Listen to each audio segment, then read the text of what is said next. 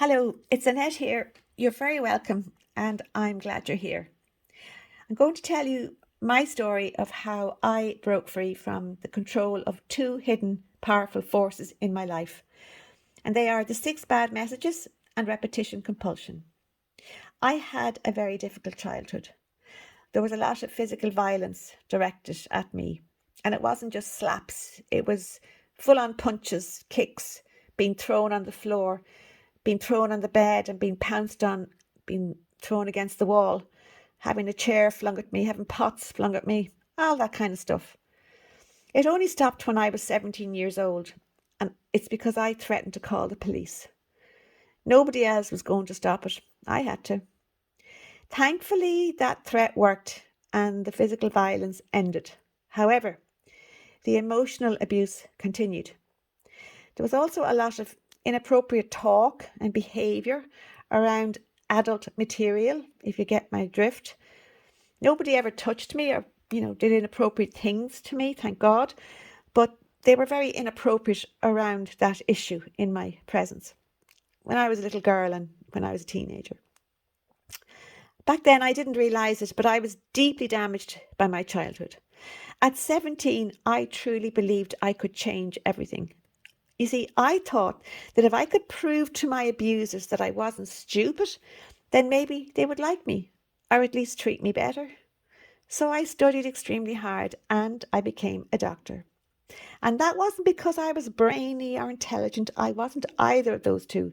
I was just a real swot. I could swat really hard and then regurgitate it onto the exam paper. And the other thing about studying, which I realised later, it also had another role. I was able to hide up in my bedroom studying. So I managed to stay out of the line of fire and to avoid getting punched and kicked and stuff like that. So hiding away in my bedroom studying was a great excuse to stay out of danger. After college, I kept doing more exams. I thought external validation from others would make me feel better about myself. I thought that achievements would help me like myself more, that I would finally feel I was worth something. But I was so wrong about that. I now know that validation of my worth comes from me. It is internal validation that is the only validation that matters. What other people thought of me never made me feel good about myself because, deep down, I didn't feel good about myself. That internal validation was to come, but it took till I reached my 40s and meeting a clued in therapist. But back when I was 17, what I didn't understand either at the time was that my toxic, abusive childhood was going to follow me into my adult life every hour of every day. So my adult life ended up being totally chaotic.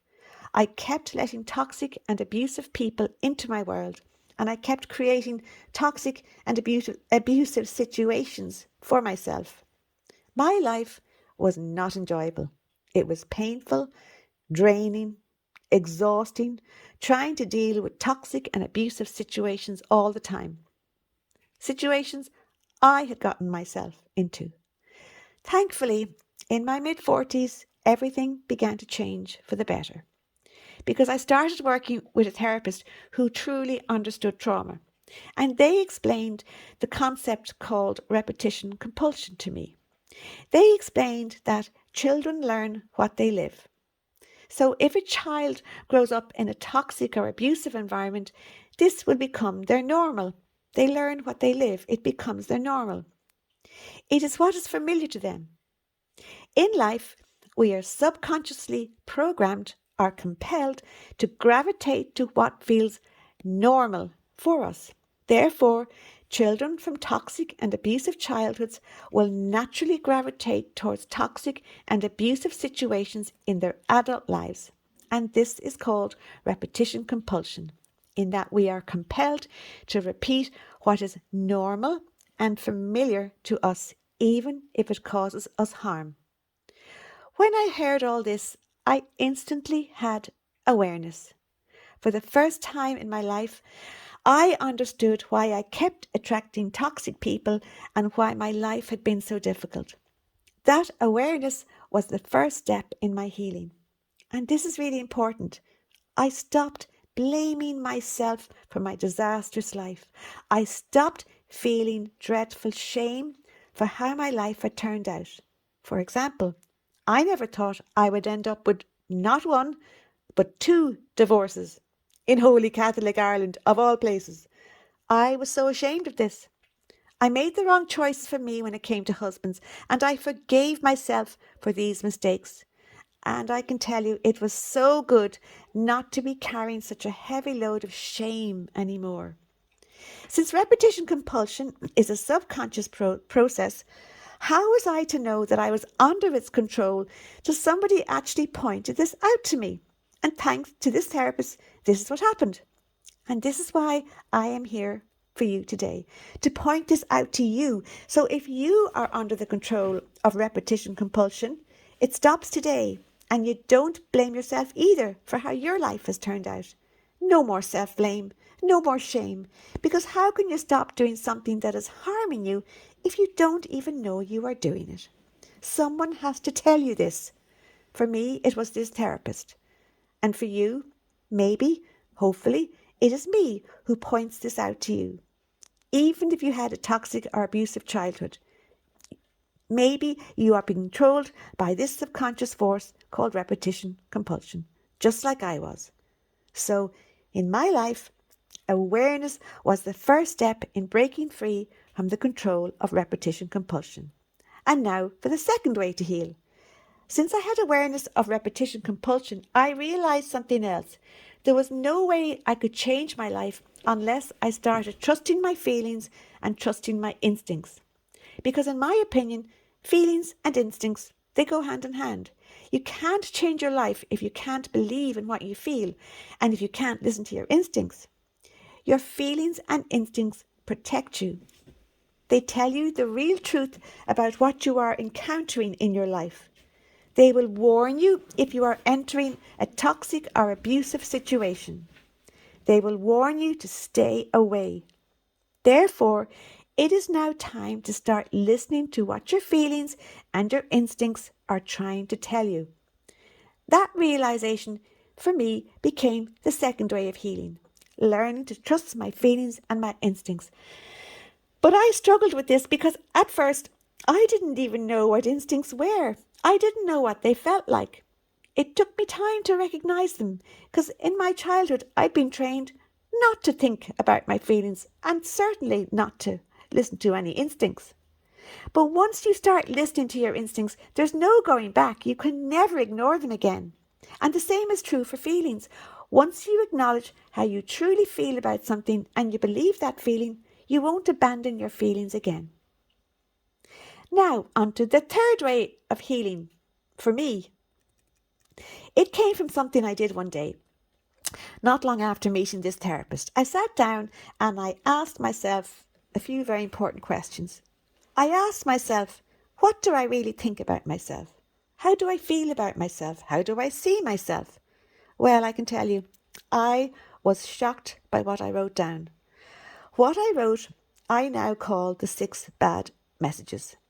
And this is where they came from. I called them messages as they are what my inner voice was sending to myself from myself. What I wrote was how I genuinely felt about myself back then. And here they are. Here are those 6 awful messages I wrote about myself. I wrote, number 1, you are not enough. Number 2, you are responsible for everyone else. Number 3, don't trust your feelings and ignore your instincts. Number 4, you are bad and you are wrong. Number 5, you are alone. Nobody loves you. And lastly, number 6, you must be perfect or nobody will love you. That was my inner world. And do you know why I fed myself these 6 bad messages? Because as a child, I could never admit to myself that my carers were not good or that they were even abusive. So I turned the blame in on myself and I started to feed myself these bad messages. I told myself I was the problem because I must be the problem. That's how a child thinks. But I didn't know either that these six bad messages would also follow me into my adult life. So, is it any wonder that feeding myself these six bad messages resulted in me growing up with absolutely no self-confidence and no self-love?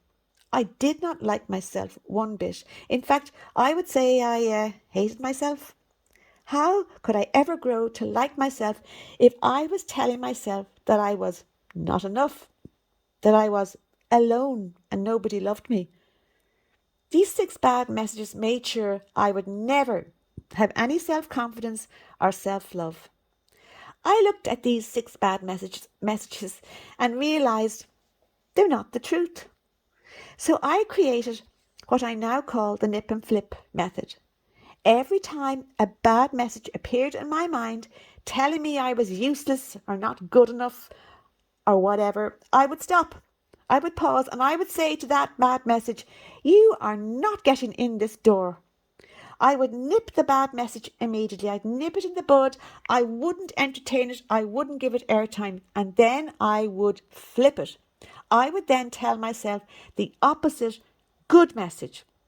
And that would be, you are enough. You are worth something. You are not alone. People do like you. Over time, the bad messages faded. I swear to God, they faded. I began telling myself good messages, and this time I believed them. And that is how the three ways of healing were born: awareness, trusting your instincts and your feelings, and nip and flip. And I want you to know this: if I could do it and my life was truly a disaster, then you can do it too. My life is so much better now. I no longer have toxic or abusive people in my life. I no longer recreate the painful situations of my childhood. See, because life doesn't have to be like that. And that's why I created this channel, and that's why I wrote the book. I want to help people who are still trapped and under the control of the six bad messages and repetition compulsion. Because you can break free. You can have a better life. And if this happened for me, it'll certainly happen for you too. Thank you for listening.